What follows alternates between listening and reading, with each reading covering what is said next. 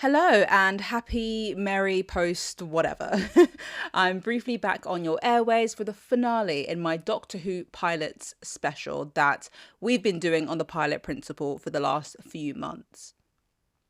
As a recap on the pilot principle, we've rewound the clock and looked back over the pilot episode for each Doctor since the 2005 revival of the British sci-fi series, all in the lead up to the 60th anniversary 3-episode special. And we did that. Yay us. But literally 16 days later, it was time to say hello to the next Doctor. And so obviously I didn't want to shortchange you by just, not doing that. So that's what we're here to do today. Now, as a quick reminder of the Doctor's past, we have had the 9th Doctor, played by Christopher Eccleston, the 10th Doctor, played by David Tennant, the 11th Doctor, played by Matt Smith, the 12th Doctor, played by Peter Capaldi, the 13th Doctor, played by Jodie Whittaker, and the 14th Doctor, played by David Tennant. Again. Now, at the end of the 14th Doctor's short reign, there was a twist that neither he nor I saw coming. It was the first ever bi-generation. Now, I won't spoil what that means because it was actually pretty cool to watch. So let's just say that all of that culminated in giving us the 15th Doctor.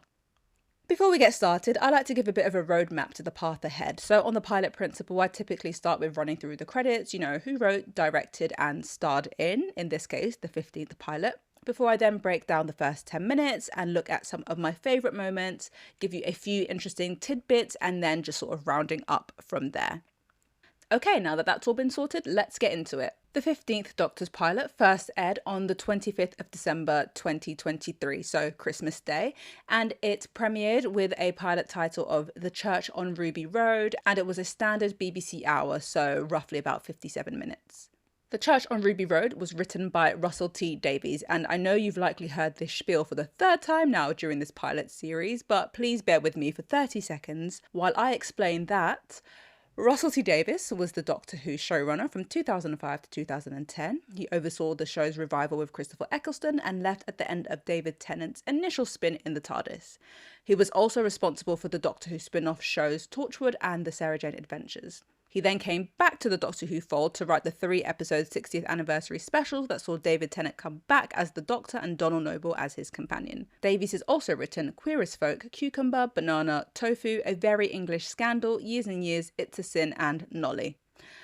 Whew, thank you very much. Now, moving on to the director for The Church on Ruby Road, and it was directed by Mark Tonderai, and as a director, Tonderai has loads of credits under his belt, which includes the 10-episode Channel 5 miniseries The Five, and 6 episodes of Netflix's Lock and Key, which I actually binged this year and really enjoyed. Other shows he's directed an episode or 2 or 3 of include Lucifer, Black Lightning, Gotham, Blind Spot, LA's Finest, Big Sky and Foundation. Now, The Church on Ruby Road isn't Tonderai's first foray with Doctor Who. He also directed 2 episodes during Jodie Whittaker's time as the 13th Doctor, Rosa and the Ghost Monument.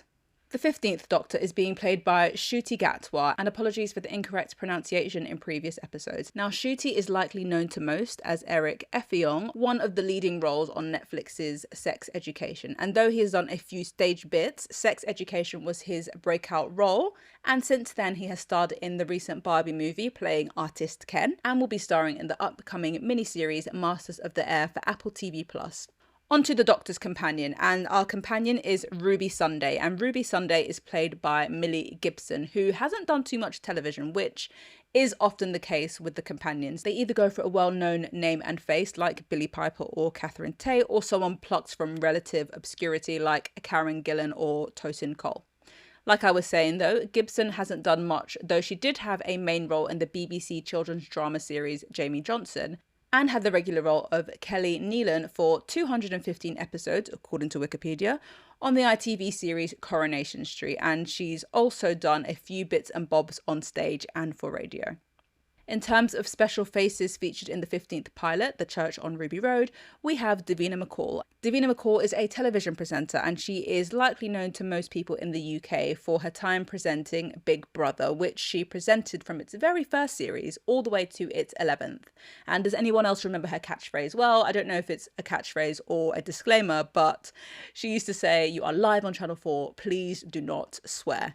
Anyway, she co-presented Comic Relief, presented The Jump, and this time next year, she was also a judge on The Masked Singer and presented the 2021 documentary Davina McCall, Sex, Myths, and the Menopause.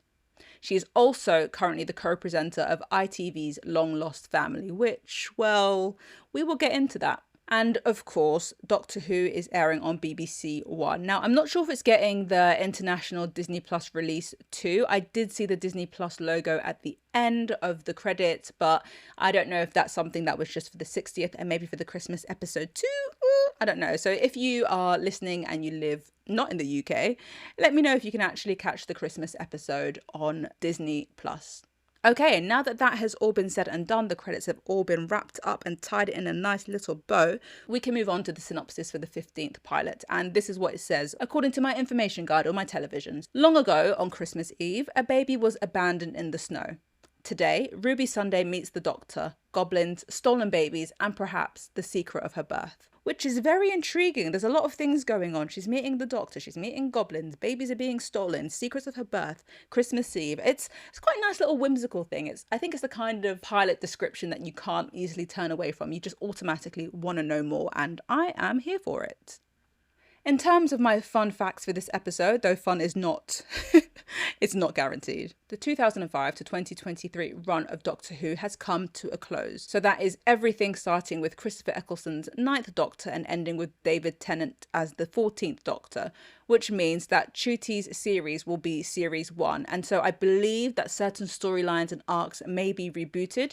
Not all, the Doctor hasn't lost his centuries-old memories or anything like that. But I think it's nice because some wiggle room has been created by ending one book and starting on the fresh page of another.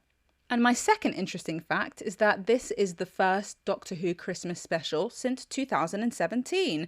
And that episode, Twice Upon a Time, was interestingly directed by Rachel Talalay, who directed The Starbeast, which is the first episode of the 60th anniversary edition. And that was also the last time that we saw the 12th Doctor as he regenerated into the 13th Doctor. During the 13th Doctor's reign, there were no Christmas episodes, but instead they decided to do New Year's episodes, so around the same time, but technically not the same thing. Right, those were my two interesting facts. And now we can get into the nitty gritty by looking at the first 10 minutes of The Church on Ruby Road. Now, looking at the first 10 minutes is just something we do over here on the Pilot Principle, and you can check out one of the recent episodes to find out why. The Church on Ruby Road. It starts minutes to midnight and the ground is dusted with snow as a stranger walks up to the front of a church on Ruby Road and leaves a child at the door. Not going to lie because the stranger was hooded, but it did actually remind me of Voldemort holding baby Harry outside the village where his parents live. But anyway, as the stranger who is not Voldemort walks away from the church and the child, the Doctor appears, but we don't know whether he sees the stranger's face or if he goes after them, as we then run into the intro and we get a first look at Ncuti and Millie's names in that exclusive spot. We come back in on December the 1st, 2023, and we meet 18-year-old Ruby, who is telling the story of how she was found abandoned at a church on Ruby Road in Manchester. And she's telling this all to Davina McCall as part of a possible episode of Long Lost Families. See, told you that would come back up again. And I really enjoyed how meta that was, though Long Lost Families is an ITV programme, so that also was rather surprising. But that's not the point. The point is that Ruby has enlisted Davina to help her find her parents or any other biological link to who she is. During the recording, though, a piece of equipment nearly clobbers Ruby and Davina is dinged in the head by a rogue plug. And it looks like bad luck, but it's actually the handiwork of gremlins quietly running amok. We then fast forward to December 22nd and watch as Ruby experiences a string of more bad luck thanks to those pesky gremlins, but her luck changes slightly when the following day she meets the Doctor in a club and he is going in on the dance floor, and it almost made me want to join him, to be honest. And Ruby is instantly enthralled by him naturally, and it looks like she's about to turn to then join him on the dance floor, but as she does, she knocks over a precariously gremlin placed glass and the Doctor is suddenly by her side grabbing it before it can smash to the floor. Ruby's bad luck is something she and her friends laugh about as they catch a cab, but those little instances are nothing to what almost happens as the gremlins cause an inflatable snowman to fall onto their cab. None the wiser, they are saved by the Doctor, who has his eye on Ruby and the gremlins that seem to be following her around. The Doctor then has a brief and kindly interaction with a police officer who saw the whole thing, and then we cut to December the 24th, 2023, and that is quite perfectly about the 10-minute mark. There is a lot that is new in the 15th pilot, The Church on Ruby Road, so let's just start with the obvious, the Doctor. Now, the Doctor feels like a weight has been lifted off of his shoulders. The freeness of him dancing in the club was just magical. He's funny, charming, disarming, and just, I don't know, he's just the Doctor. And though I will say he doesn't talk as much as, say, 13 and 10/14 did, he speaks on a need to know basis like 9. And so far, I kind of dig it. He's just vibes. In regards to his outfit, when we meet him in the club, he's in a white vest and a kilt, but his standard go-to, I would call something along the lines of millennial vintage 70s chic. He was wearing a vertical striped polo-ish type shirt that was zipped down to reveal all that a V-neck will allow you to reveal. And also he was wearing 2 necklaces around his neck. He had on, I don't know, standard trousers and a pair of trainers that looked very comfortable and had a smattering of colour to them. And then the most important aspect of the Doctor's look, the coat, and he had on a brown leather coat, which just tied the whole thing together. In terms of the companion, the Ruby, can I just start by saying that I love the name Ruby Sunday? It's a fantastic companion name. It's the name of a storybook character. It's giving Amelia Pond, you know? Just, love it. And Ruby herself is pretty cool. She reminds me a little of Clara Oswald with the bright optimism that she had, and also the fact that her clothes were fire. She had a red and black thing going on, which I was completely here for, and just, I'm here for the style. And Ruby Sunday handled herself really well in danger, and not just danger, but when she was faced with the unknown, which is the trademark of a great companion. The mystery surrounding her birth is a really lovely hook. It's great that she's from Manchester, and her age and the fact that she doesn't seem to have anything tying her down reminded me of Rose Tyler. So there's a nice circularity to her character on our first meeting, and I'm excited to find out more about her. The other thing that we have that is new is the screwdriver, and I don't know how I feel about the new screwdriver. I mean, correct me if I'm wrong, but I didn't hear a whirring sound when the Doctor was using it, and it just doesn't look like a screwdriver. Like, I know the screwdriver doesn't look like a screwdriver, but this just didn't look like a screwdriver. It looked like a remote, and there are buttons on it, and I don't know. So far, not a fan. I feel like it looks like something as opposed to nothing, and nothing is better than something because you can turn nothing into everything, but you can't turn something into anything. Lastly to touch on is the TARDIS, and we actually don't see too much of the inside of the TARDIS in the 15th Doctor's pilot, but it looks much like it did when the Doctor got his hands on it, white with circles and possibly a coffee machine. Moving on to my favourite line/moment from the 15th Doctor's pilot. The first, which is my favourite line, happened in the first 10 minutes, and just to give it a bit of context, the Doctor has just saved Ruby and her friends from possibly being crushed to death by a snowman, and well, the Doctor then saves a woman in her pram from a similar fate and ends up being Snowman. A police officer who has seen the whole thing appears and tries to make a report, and the Doctor says to him, "Name, the Doctor. Occupation, not a doctor. Current status, just passing by. Employer, myself. Address, that blue box over there." It was light, it was funny, it was ridiculous, it was accurate, and it was just brilliant. Made me laugh. I had to watch it like 3 times. My next favourite moment from the pilot episode, which was just really strange. And so the Doctor and the Ruby are up on the Goblin ship, and the Goblins are about to eat a baby. I know, it sounds like something out of the Labyrinth, right? Anyway, the Goblins, before they eat said baby, start singing, and it's just weird. It's just weird and funny and so random. And then at one point, the Doctor starts singing, and then Ruby starts singing, and it was brilliant. It was so funny. It was just, and it just sort of brought that sort of like light magicalness that Christmas sort of imbues, and it was so very, very, very strange, and I was completely here for it. So yeah, 2 very solid favourite moments and lines from the pilot episode.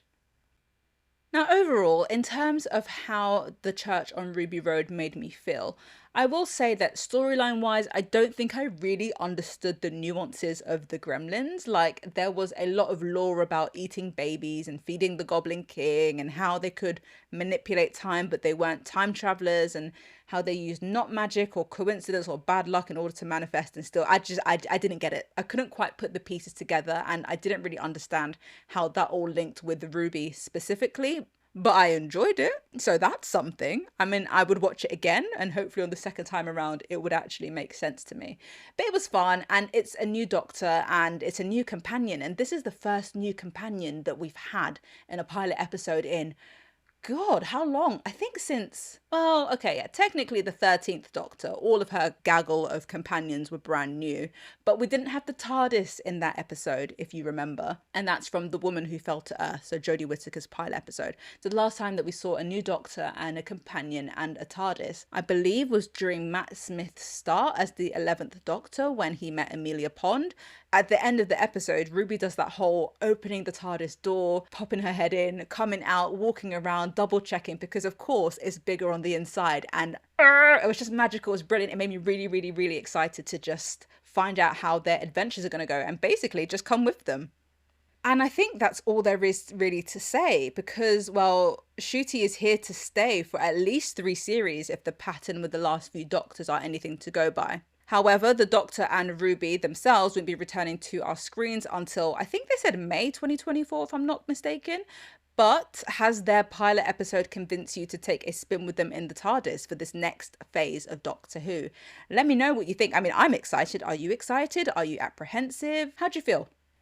And that's all she wrote, or that's all she Doctor Who piloted. So thank you so much for sticking with me throughout the Doctor Who pilot series that we have been doing over here on The Pilot Principle. But of course, we cannot officially end until we rank the pilots from the 9th Doctor all the way to the present day's 15th Doctor. And I have thought long and hard. And in 7th place, I have put New Earth, which is the 10th Doctor's pilot. I know this one is a bit debatable because I didn't look at his Christmas episode as his pilot episode. I looked at his first episode in his series as his pilot episode, but he wasn't really in the Christmas episode. And so, yeah, for me, New Earth wasn't that great as well because there's a whole body switching thing. And I was like, eh. So, yeah, New Earth is in 7th place. In 6th place is Deep Breath, which is the 12th Doctor's pilot. And for me, Deep Breath had some really good moments and really good emotional moments. There were some really good scenes between the 12th Doctor and Clara Oswald and how she was confused as a companion who now has a new Doctor who is the same but different. And so that was all lovely. But everything else going around, so with Madame Vastra and Strax and Jenny and a dinosaur in Victorian London, there was just, and then there was something else as well going on. It was a bit too much, to be honest, and I think they didn't make that section of the plot clean enough to make it engaging for me. In 5th place, I have put The Church on Ruby Road, and that is the 15th Doctor's pilot, of course, and I think that's a solid placement for it. I literally only watched it the other day, whereas most of the other episodes I've seen more than once, more than twice, some of them more than 3 times. But I think, yeah, 5th place is a good place for it. I enjoyed it. I would definitely rewatch it. And yeah, The Church on Ruby Road. In 4th place is The Star Beast, the 14th Doctor's pilot. And this is another one that I actually haven't seen that long ago, but it was just because it was reminiscent, you know? David Tennant was back. Donna Noble was back. We had some new characters. It was just fresh. It was fun. It was the 60th anniversary. There was all this buzz. It was a really good ride. I really enjoyed the meep. It was just fun. And yeah, I mean, this one definitely gets points for nostalgia, if nothing else. In 3rd place, we have, drumroll, The Woman Who Fell to Earth, and that is the 13th Doctor's pilot. I think it's underrated. I don't know who it's underrated by. Maybe it's just underrated by myself. But when I rewatched this for the pilot series, I had a lot of fun with it. Jodie Whittaker was a fantastic Doctor in that intro when she couldn't remember who she was. And she was just like, oh, sorry, 2 seconds ago, I was a white-haired Scotsman. It was a lot of fun. And the gaggle of companions, which I don't know why she needed to have so many people hanging out with her. But also the way it ended, it was a really good piece of television. Okay, so we've got 2 places left, and in 2nd place we have Rose, the 9th Doctor's pilot. And do you know what? Christopher Eccleston's Doctor will always have a special place in my heart. I don't know why, but he just will. And Rose was the start of it all. I mean, come on. Like Billie Piper, Christopher Eccleston, Naughty's London. It's just, yeah. And if that pilot episode hadn't been successful, then who knows? Maybe this whole run wouldn't have been as successful as it was. Now, in 1st place, which will come as no surprise to anybody who has been listening to the Doctor Who pilot series, we have the 11th Hour, and that is the 11th Doctor's pilot. And first of all, the name is absolute badass, the 11th Hour, the 11th Doctor. There's just the manipulation of time travel, Amy Pond. Obviously, we all know that the 11th Doctor is my Doctor. But I'm not even playing favourites here. Like, it was just a solid episode. I rewatched it again for the pilot series, and I automatically went and started rewatching the entirety of Matt Smith's series. So if that's not giving it its props, I don't know what is. 10, 12, 15, 14, 13, 9, 11. Those are my rankings for these 7 Doctor Who pilots. I hope you've enjoyed the Doctor Who pilot specials we've done on the Pilot Principle, and you'll continue to listen as we review pilot episodes of newer series, and maybe some old favourites too when we return in the new year. Make sure to follow on your audio streamer of choice, as well as on Instagram, Threads and Twitter/X at Pilot Principle, where you can let me know how you would rank these Doctor Who pilots. Have a great rest of the week, and I'll catch you on the other side. Aww.